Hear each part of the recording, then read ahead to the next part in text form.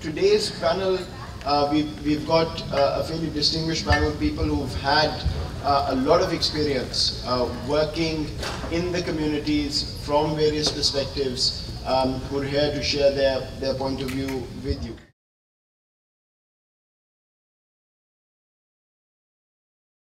I'm Melanie Pell. I'm the director of the American Jewish Committee Washington Regional Office, and AJC was founded in 1906. It was founded by a small group of American Jews who were concerned about what was happening to Jewish communities around the world. And they realized that the best way that they could help Jewish communities around the world was to be organized here so that they could have a voice in the American system and that they could play a role in what was happening in other parts of the world. And one of the founding principles was the recognition that the Jewish community is tiny. We are 2 to 4% of the US population, so a very small community.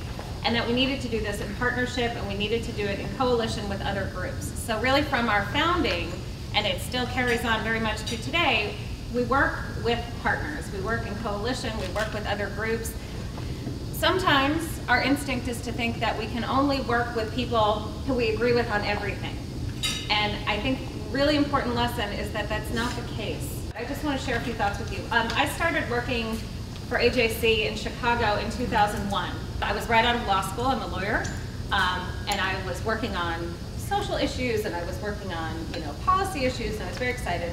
Then 9/11 happened and everything changed. And one of the first things that AJC did, and it was when I realized the kind of organization I was working for and I was so proud, one of the very first things we did in Chicago was reach out to the Muslim community. We were able to stand shoulder to shoulder with the Muslim community after 9/11, and I think that to me, was right at the beginning of my career with AJC, and I've been there for 10 years now. That was really pivotal for me. It was really important for me to see that this is what we do and this is what we should do. That is something that I think is really important that we've learned, is that we need to speak out for other communities, and this is also a lesson I would encourage all of you to remember. You want people who will stand up for you, and so it's important for you to stand up for others, because you need that reciprocity in order to make intergroup relations and coalitions really work.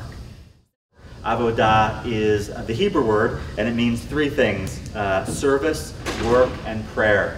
The organization was founded 13 years ago, and the goal was to have opportunities for recent college graduates who happen to be Jewish to go back and work in urban cities and find ways to connect and learn about and fight against poverty.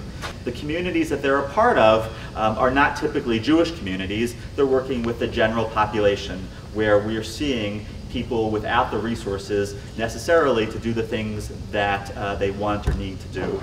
So Avodah felt it was important to give folks this opportunity. It's connected to AmeriCorps. So at the end of the year, a Corps member who completes their year of service is eligible for like $6,000 from the government toward undergraduate loans or toward future graduate school. During the course of the year, the Corps members don't live off of very much money. In DC, it's like $300 a month that they live off of. So it's not a lot, but they figure out ways to survive. Monica can share a little bit about that. She's doing her year of service right now. They live together in 2 different houses and have this communal experience. The part that makes Avodah unique is the living together, and then the curriculum piece. So I know the Lutheran community and the Catholic community and the Jesuit community all have different pieces like this.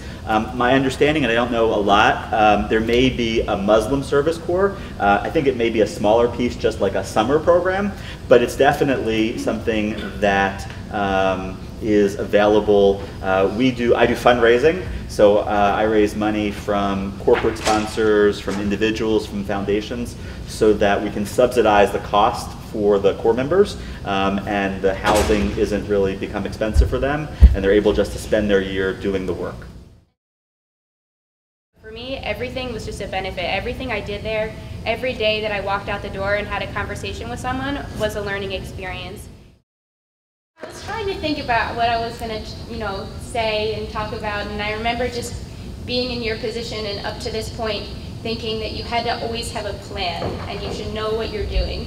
And I can say that up to this moment, I don't think I've ever had a plan, and the moral of my story is that I think I've just sort of taken advantage of opportunities that were given me and figured it out along the way. I grew up outside of Philadelphia, and I went to a very small Jewish community day school. I had a graduating class of 57 kids. And the year after I graduated, I took a year off and studied in Jerusalem. And in Jerusalem, I started studying Hebrew and Arabic and was doing coexistence work between Israelis and Palestinians, and was also learning about the Jewish diaspora all around the world. So every 6 weeks we would learn about a certain Jewish community in a certain country, and then we would go and travel there and go to that country and learn about it there. So I ended up traveling to about 8 different countries in that year, in addition to studying it in Israel. I went back and I went to the University of Maryland, and I was an Arabic major at Maryland, and I got a scholarship from the pretty much US government and spent a summer in Egypt and another year in Egypt doing a language immersion program, studying intensive Arabic. And as a white Jewish girl going to Egypt for a year, I can say that my parents were a little bit nervous and hesitant about me being there. And I myself was really nervous about it. I was told not to tell anyone I was Jewish, just to be careful, and it turned out that that was not the case, and it was a really eye-opening experience. I made these unbelievable relationships, sharing what Judaism was, learning about Islam, and seeing the connections that could be made between Jews and Muslims. And you know, I got there, and the second day I was in Egypt this past year was the biggest holiday of the year, was Yom Kippur, and which is a fasting holiday. And one of my Egyptian friends fasted out of solidarity with me, and it was just a really powerful moment to see, you know, the ways that people can connect to each other despite, you know, all of the odds. That I was a little white Jewish girl and she was a Muslim woman from Egypt, and we were able to connect to each other. So one of the pieces of advice I would have for you is be bold. You know, even if you think your dream is huge and it is really hard to achieve, just go for it, because you can probably do it. I started studying business at the University of Virginia, and my first job out of school I got through connections. It was through someone who worked at the place where I got the job. So I interviewed with them and ended up working for almost 4 years at a public relations agency, working with Coca-Cola, Shell Chemicals, and also small nonprofits. So I got a good view at the big corporations and the small nonprofits. After doing that for about 4 years, I was laid off, and that was a huge thing for me. It was during the recession. Lots of other people were laid off at my firm at that time. They were just eliminating positions left and right.